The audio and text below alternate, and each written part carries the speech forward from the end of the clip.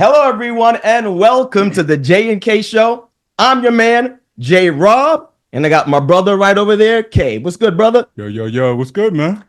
I'm really good. Real, okay. Matter of fact, I'm better than good. I'm great. Okay. Ask me why. Why, Jay? You have to really ask me why. Why? Well, why? Because the answer to your question is we have a very special guest joining us today. Okay. All right. She is the executive producer of Bounce TV's hit shows, Johnson, all right, Right. and Finding Happy. I like that. Not only that, this woman is also an actress and a singer. And also, she's a mentor to our youth. This woman is doing everything, all right? She is doing everything. So, everybody, welcome to the show, Reesha L. Archibald. Welcome to the show, Reesha. Thank you for having me. What an introduction. Well, I didn't do it enough justice, but I'll be better next time. It's all good. Got so much going on. Everything with the shows that you're doing. Obviously, you're acting, like I said, and you're a mentor, singer. You're doing everything. You make me feel lazy. Doesn't she make you feel lazy, Kate? Yeah, I mean, multiple hats. She's doing a whole bunch, and I can't wait to start unpacking because I've got some questions. I'm trying to understand how you process this stuff and how you kind of go about your business and how you ended up doing what you're doing now. So yeah, let's get into it, man. So first of all, before we get into everything that you're doing fantastic in your career, tell us where you were born and raised. Sure. I was born and raised in Denver, Colorado, by way of St. Louis, Missouri. My parents are from St. Louis, and we moved back there when I was in high school. I finished school there, went to Lincoln University in Missouri, which is like an hour 45 away from St. Louis. It's a smaller HBCU of about 3,500 people, but I got into a little bit of everything there. I was a part of the vocal ensemble. I was a basketball manager. I played Delta. I did a ton of things. Part of student government. So I've always, my youngest brother and I have 5 brothers. We were kind of raised to juggle a lot at the same time. So that's probably why you're seeing it in my professional resume, because I kind of have been trained to do it my whole life. Tell me a little bit about your parents and how you were raised. I know you said you came from Denver, Colorado, but then you're in Missouri as well. But how was it like growing up as a child and being raised by your parents? Well, my mother was a teacher and my daddy was a postal worker. He was a letter carrier. So very middle class. We didn't have no name brand, nothing. That's why I don't come out now. But we didn't want for anything. It was a very loving household. My parents had us in a lot of extracurricular activities. We've been singing since we were like 2 or 3 years old, acting since grade school, of course, church. Everybody started in church, right? And then it kind of grew from there. I was a part of the Denver School of the Arts, where I was a vocal major. I had to audition to get into that. And I was a creative writing minor. And so started learning how to do classical music early on in middle school. We were doing plays back then too. The Black Nativity was the go-to play that we did in community theater. But my mama is a singer, actor, like I said, teacher. So she raised us to harmonize and act and all the things. And my daddy is a visual artist as well. So we have the arts in our family. Right. And we also saw our parents very active in the community, on boards and roundtables and, playing sports and just all the things. So, and of course, church leaders. And we were just very involved early on growing up. We had a very tight-knit community of people who are our village. Denver has a lot of transplants in it. So there were folks from like Newark, New Jersey raising us, in Alabama and Ohio and St. Louis. A lot of St. Louis has moved to Denver back in the day because of just the workforce going that way from St. Louis. But yeah, it was a hodgepodge of just Black people from all over the country who really poured into us. And I like to say to them often, like, I am a product of you. And I'm so grateful that I had that kind of village. And then also we went back and forth to St. Louis my whole life. Like we would go back home like 2-3 times a year. So I was around my cousins and my grandmama and my grandmamas and my granddaddy. And like everybody was, in St. Louis. So having that dynamic of kind of West Coast vibes and then Midwest vibes definitely played into who I am as a person. Being raised by two St. Louisans, I like to tell people that I had a St. Louis upbringing in Denver because I definitely was raised with those Midwest, quote unquote, Southern values, because Midwest values are Southern values. Okay. And so I was a part of the NAACP growing up as well. And so we were able to travel around the country and, we've been activists since we were children. And so being able to travel and be around like-minded young Black people who were in high school or in the youth and college division of the NAACP was a huge exposure for me as well. And that actually let me know that I didn't want to stay in Denver, after high school. And we ended up leaving before I graduated high school. So it really was a blessing in disguise that we left. My mother deals with an illness called sarcoidosis and other autoimmune diseases. It's similar to lupus, is what Bernie Mac passed from. Okay. But by moving back to St. Louis, she got better, thank God. And so she still deals with it, but it's not as harmful. But being able to move to St. Louis and be able to say that I went to high school there and that I went to college not too far, going to LA, finding other St. Louisans in that space, it holds a little weight. I don't know if y'all been to St. Louis, but one of the going questions is, what high school did you go to? So to be able to say what high school that I went to, it holds weight. And so it was really a blessing in disguise to be able to move to St. Louis. But yeah, that's a little bit about my childhood. So I want to touch on a little bit, kind of, so you go through, and thanks for framing that up. But early in your career, and we did some research, kind of found out some things. So you were obviously degreed. You talked about going to Lincoln, right? Yes. And then you, in this space of working, like you had jobs, like jobs, like career kind of jobs. I guess I'm kind of wondering, based off of what you described, how early life was for you, incredibly grounded, degreed, working at jobs. I heard you talk about your experience at the VA. Yes.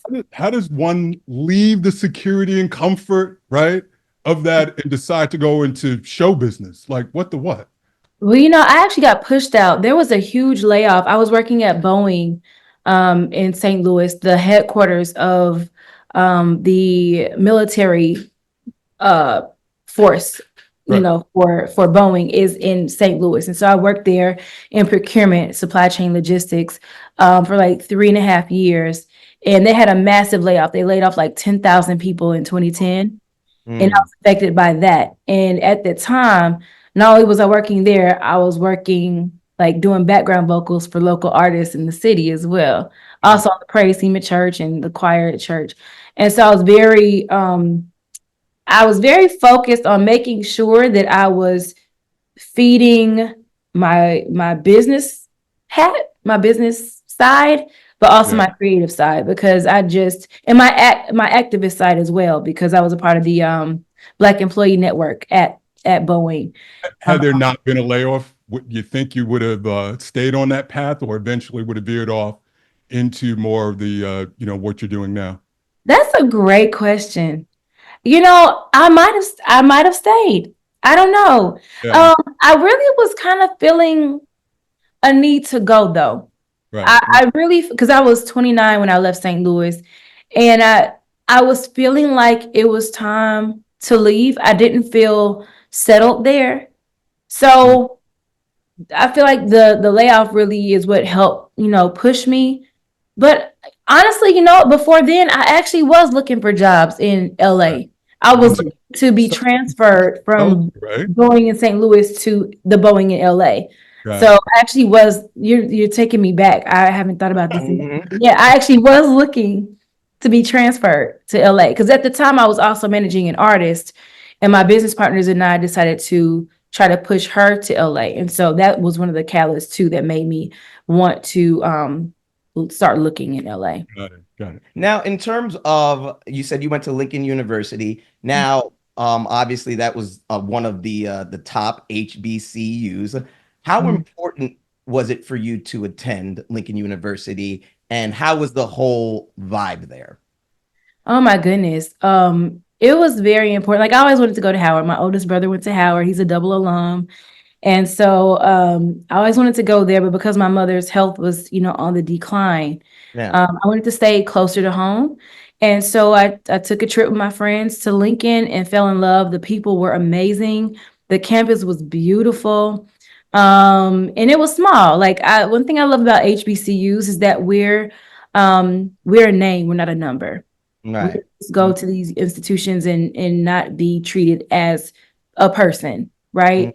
Our Right. professors care about us in real ways. I'm still in touch with a lot of them to this day. And it was very important for me to go to an HBCU because that is what I felt in my soul I needed to do. I wanted to be around my people. I Right. wanted to be nurtured by Black professors. I wanted to be around our culture, and I wanted to add to it. Mm. So I wanted to make sure that I was as active as I could be at my school as well, because I knew that I had talents that I could add to. We need to, whenever we're looking at anything, we should look at how we can be an asset to it, not just take from it. And so Lincoln was that for me, for sure. And I go to homecoming all the time because it's my family. They're my family. I grew up with everybody, at Lincoln Right. in that Right. time, and I'm still like beloved and nurtured from the people who poured into me all those years ago. 20 years ago, I graduated 20 years ago. So let me ask you this. How important do you think attending HBCUs are still in 2024 versus years in past? Because I hear a lot of people saying, well, is it as important to still go to an HBCU today? Some people, it's back and forth in the debate. Do you still think it's as important as years in the past? Absolutely.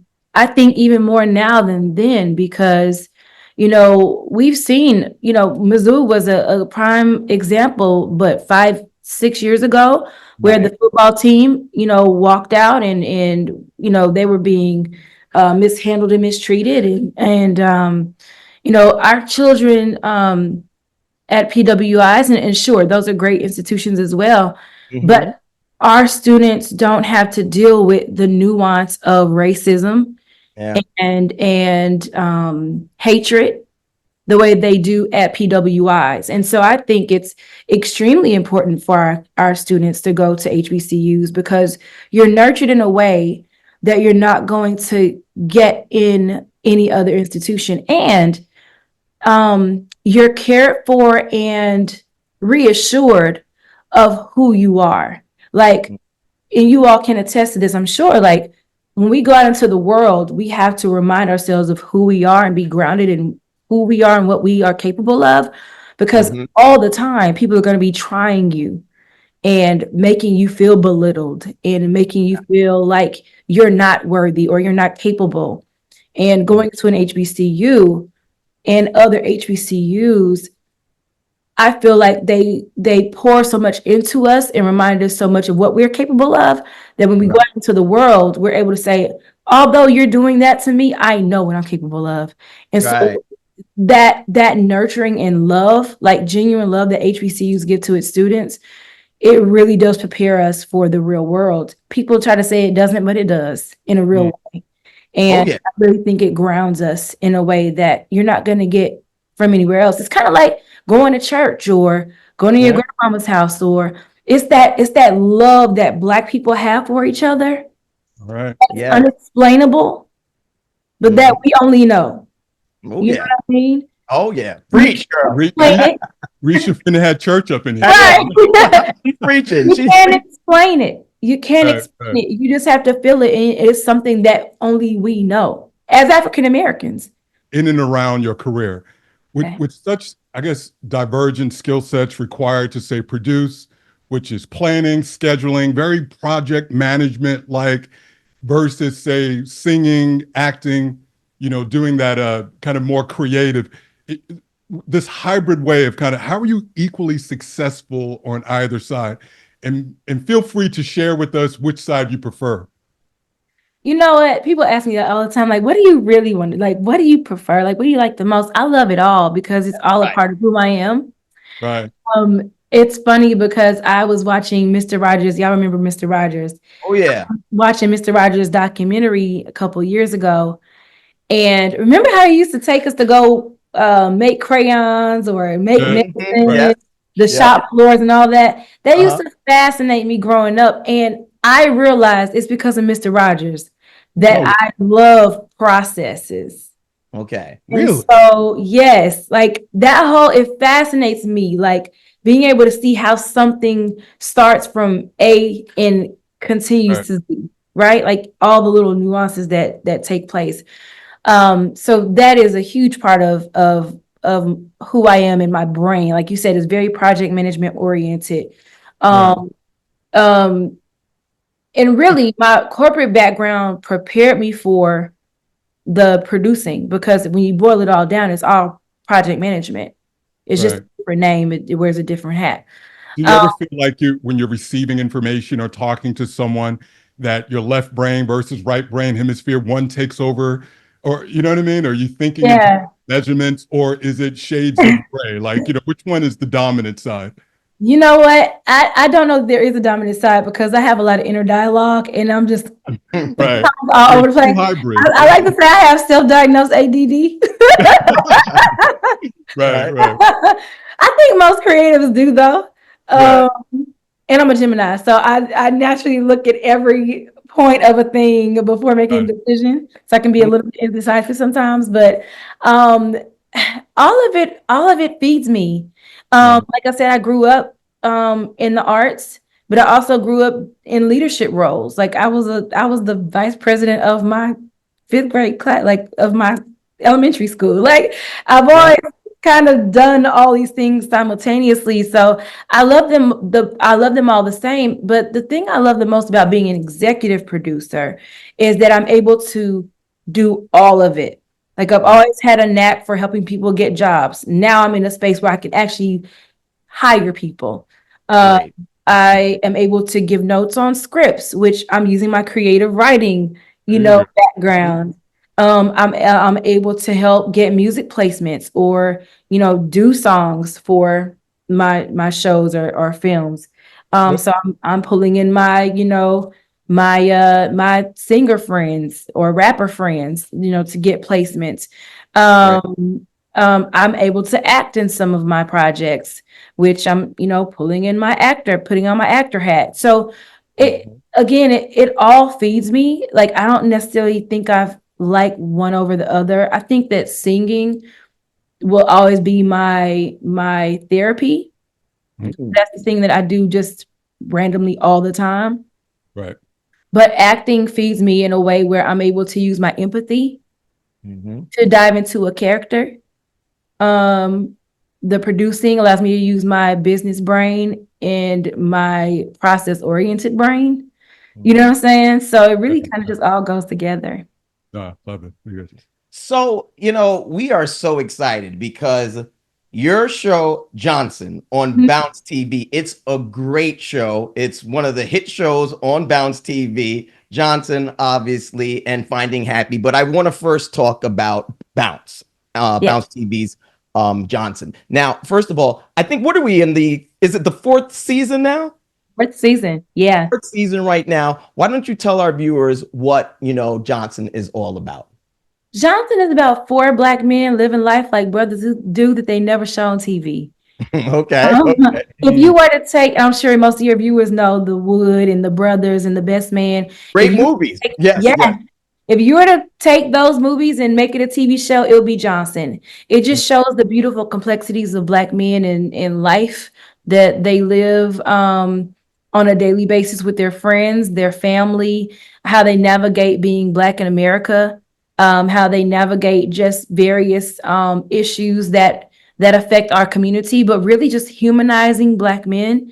Mhm, In our community, our culture, mhm. because far too often, Black men and Black women too are portrayed as, the bottom of the barrel, the deadbeats, the drug dealers and addicts, and all the negative words you can think of when it comes to human beings. And Right. sure, that exists in our culture, just like it does in everyone.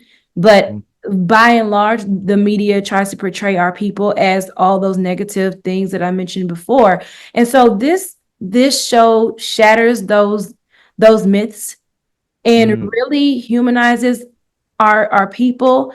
And then it really just shows that Black people do the same things that everybody else does. Yeah. Yes. Yes. And that's a beautiful thing about our show. Deji LeRae, who created the show and also plays a main character, Greg, in the show, he does a masterful job of really just,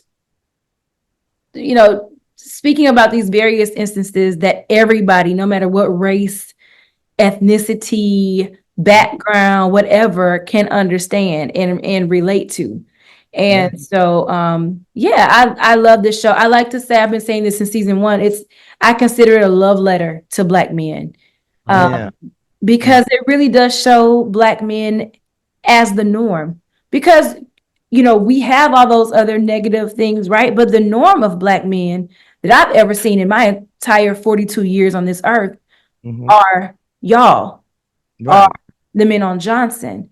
Right. Sure, flawed. Nobody's perfect, right? But like, it's the beautiful complexities of being human and watching how we navigate through those things and how we encourage each other through those things and how we allow each other to share our experiences while teaching others about who we are and really exposing, especially as Black African Americans, like showing how beautiful our culture is and showing how everybody bites our culture too. Yeah.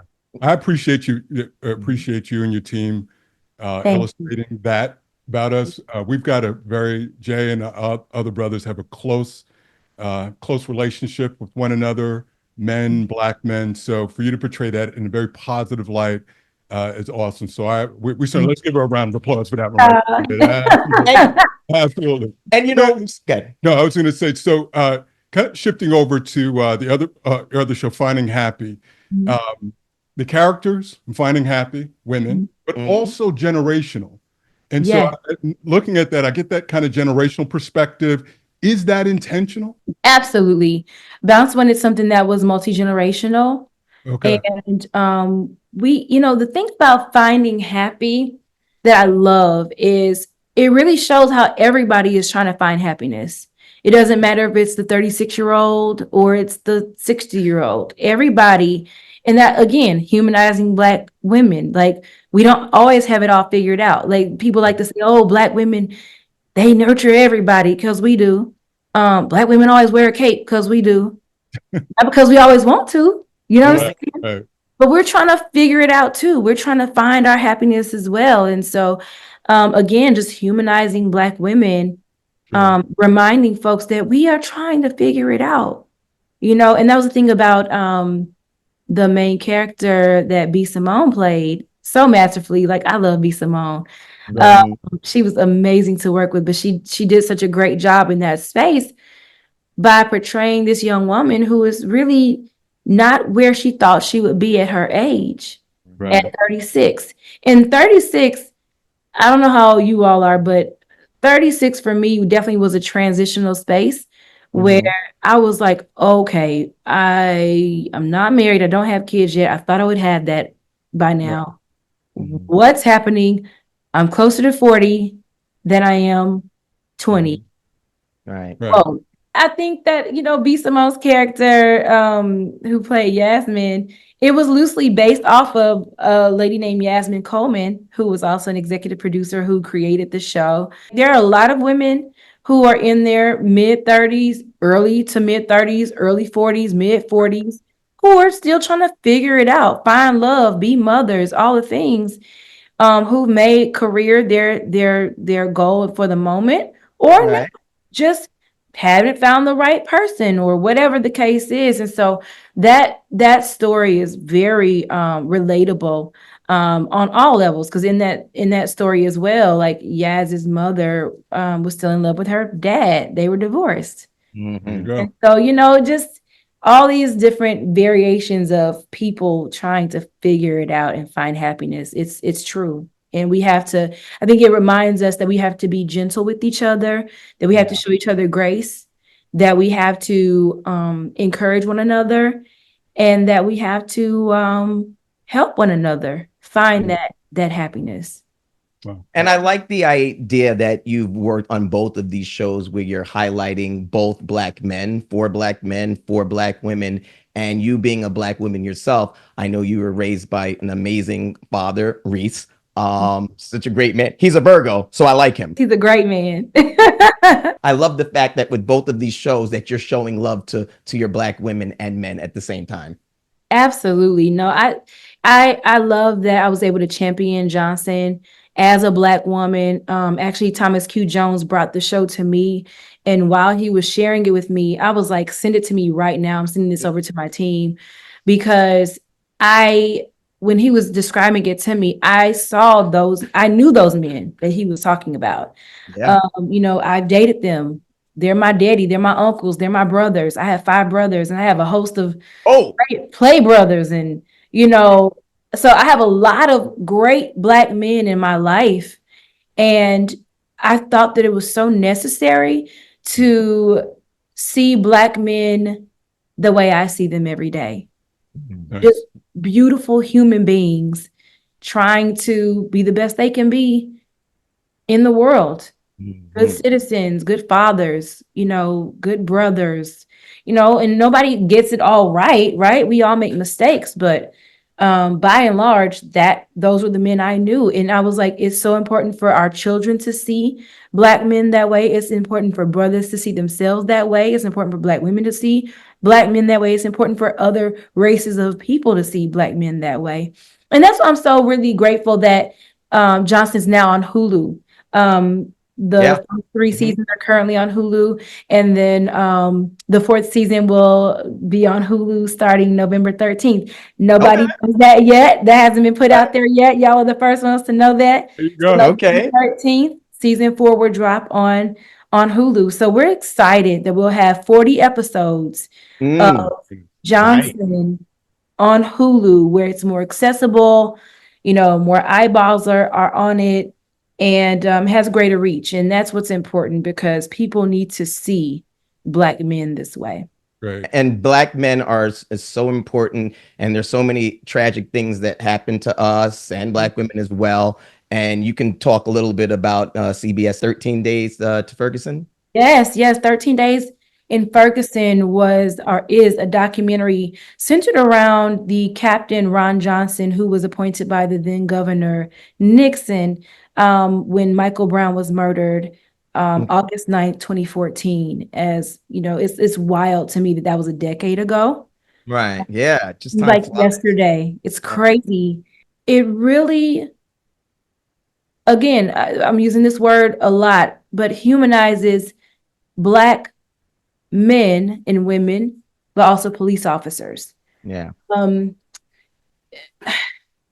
I've always, and particularly, I remember back then in 2014 when I was seeing all those Black officers in St. Louis, and it was tough for me because I was in LA while all that was happening. And it was so funny because at the same time all that was happening, they dropped Selma. I don't know if you guys remember that, but they dropped Selma simultaneously. And I remember watching an early screening of Selma right after Michael Brown was murdered. And I was brought to tears because as I was watching Selma, I was seeing Ferguson.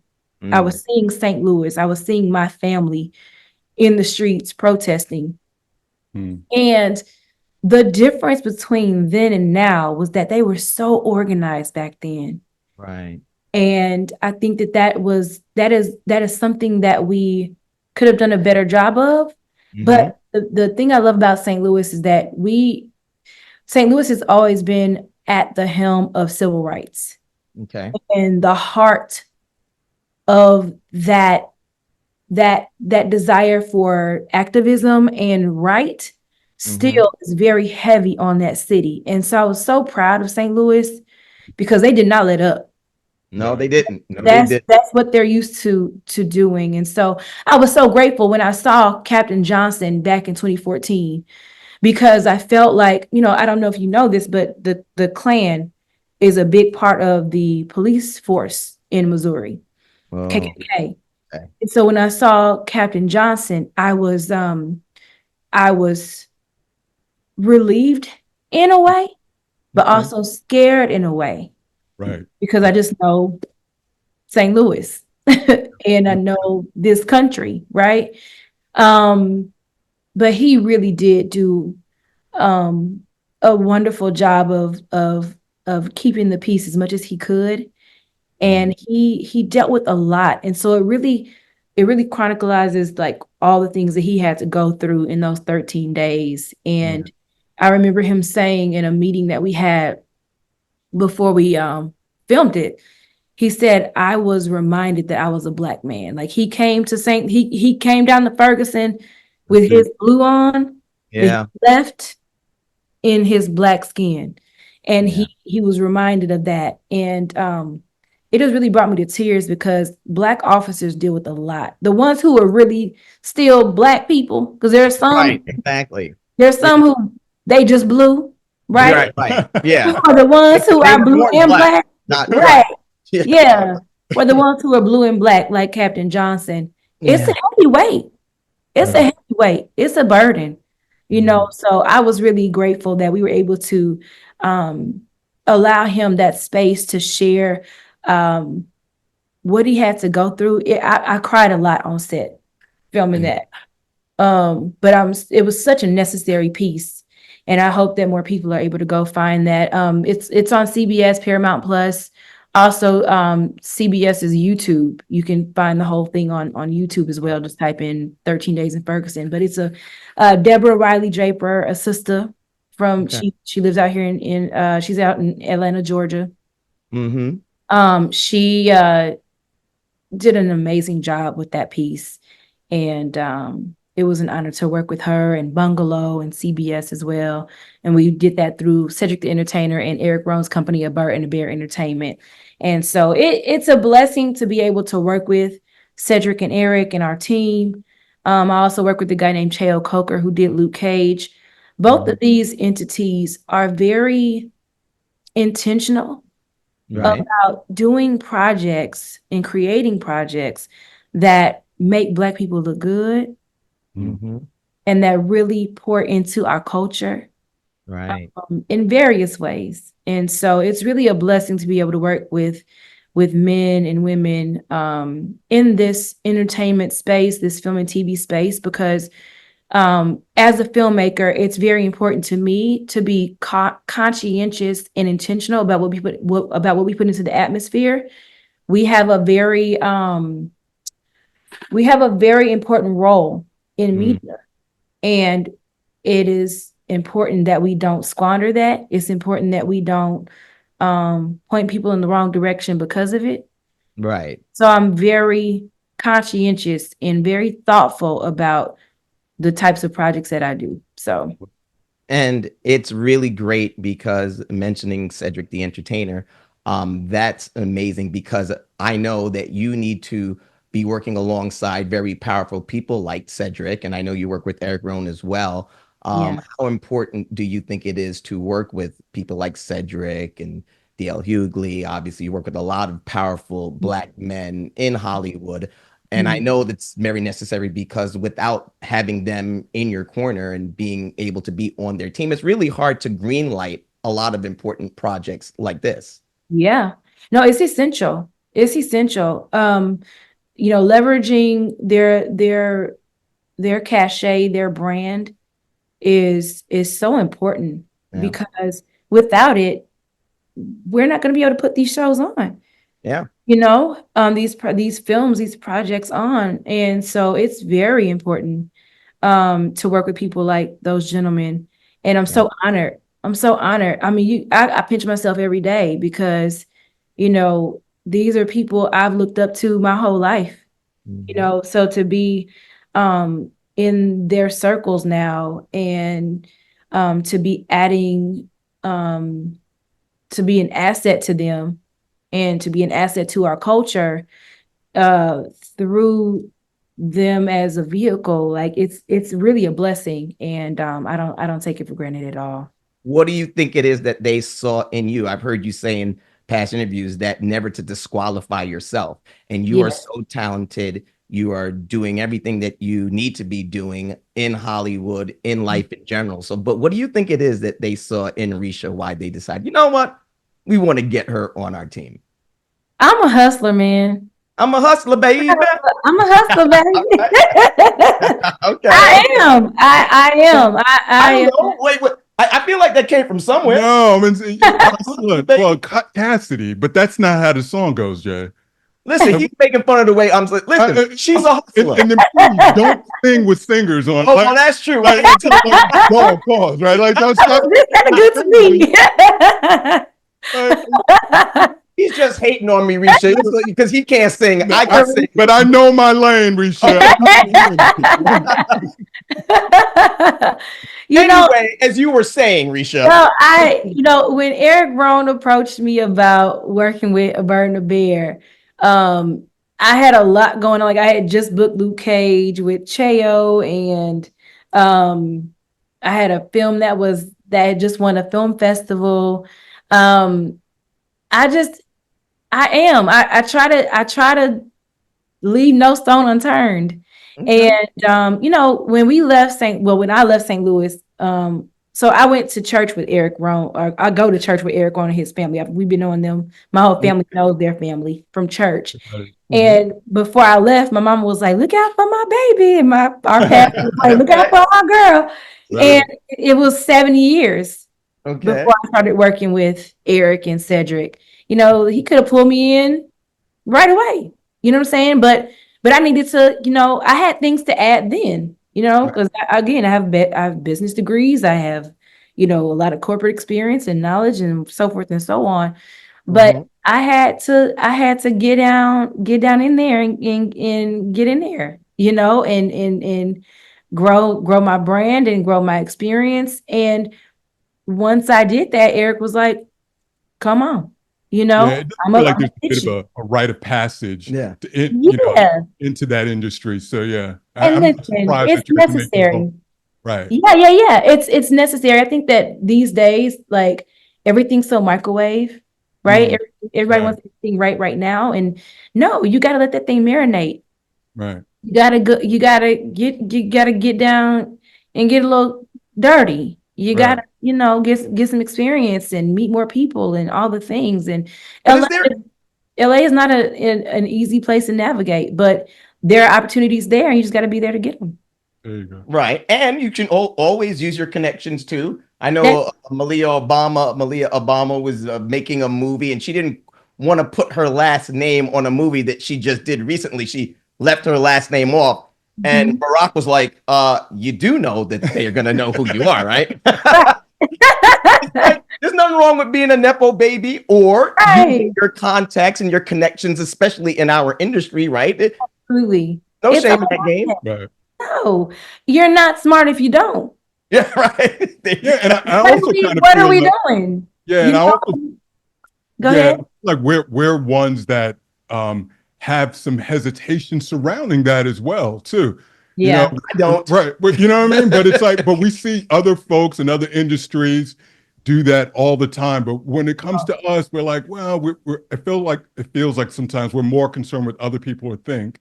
Meanwhile, no one's considering our feelings when they put family members and people that they know into different schools and institutions, jobs at law firms.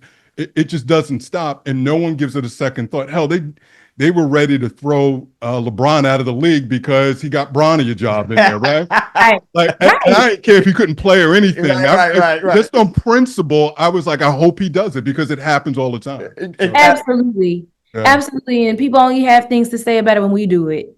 Right. Yeah. Right. We need to be doing it more. We need to be doing it more. And I mean, at the end of the day, that, like I said earlier, our forefathers and mothers thought about us down the line. So we have to do the same thing. You know what I'm saying? We have to look out for each other, and where we can be a hand up. That's why mentorship is so important to me. We have to lift as we climb. Mm-hmm. Oh, absolutely. Love that. Lift this Man, I up. appreciate you coming on here, Reesha, and raising the IQ. It is tough carrying. Yeah, seriously. We need a little more smarts on this show, and you brought today. Absolutely. Oh, you're so sweet. Thank you.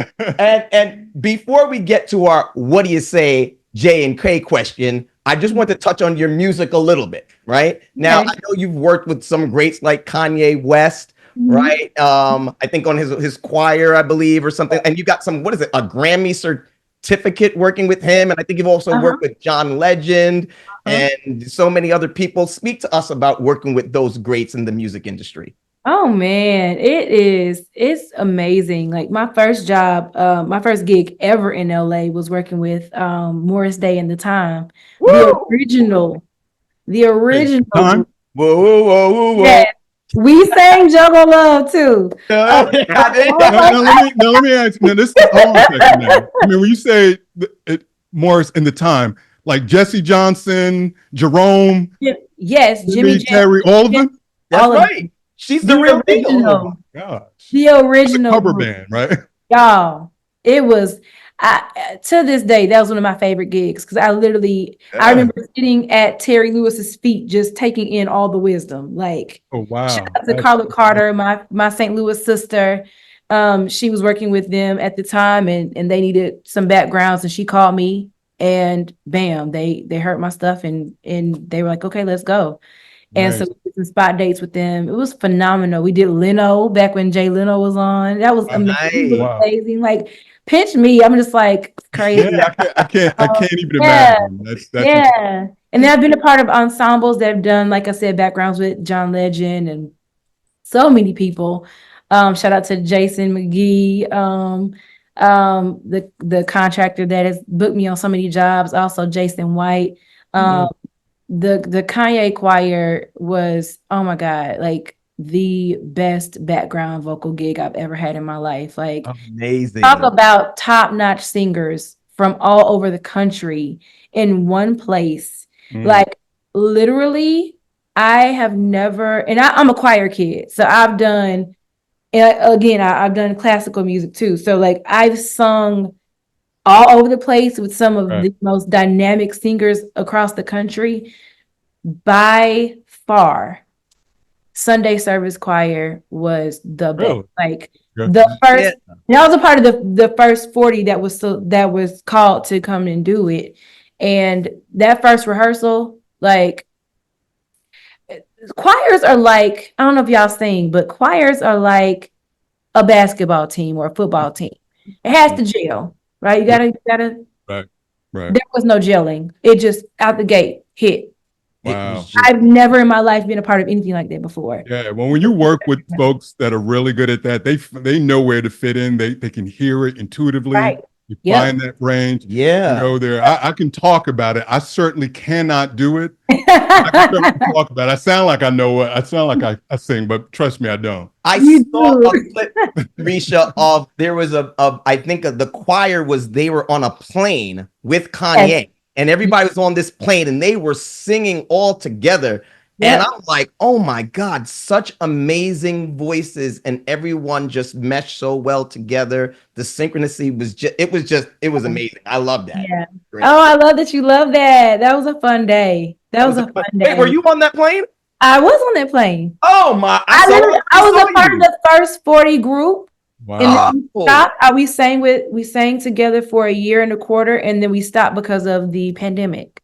And then they picked back up in August, but I couldn't do it when they called me back, but I couldn't do it because I was gearing up for Johnson. Got you. But, you're just too busy. You're too busy for everything. You know what I'm saying? You do everything. Absolutely. It's nothing but God's grace, y'all. Like literally, I was like houseway, like but it's God. It's God. I literally had my full-time jobs with Cedric and Eric and Cheo while I was doing the choir. And I actually associate produced a show on Fuse too at the same time. And I produced a small segment of The Neighborhood at the same time too. So God allowed room on my plate and I just figured it out. Love it. Do you have any Jamaican in you? Oh, jeez. You know what? Just Negro. Okay. Yeah. Just Negro. Okay. It's all good, man. Negroes number one. Right?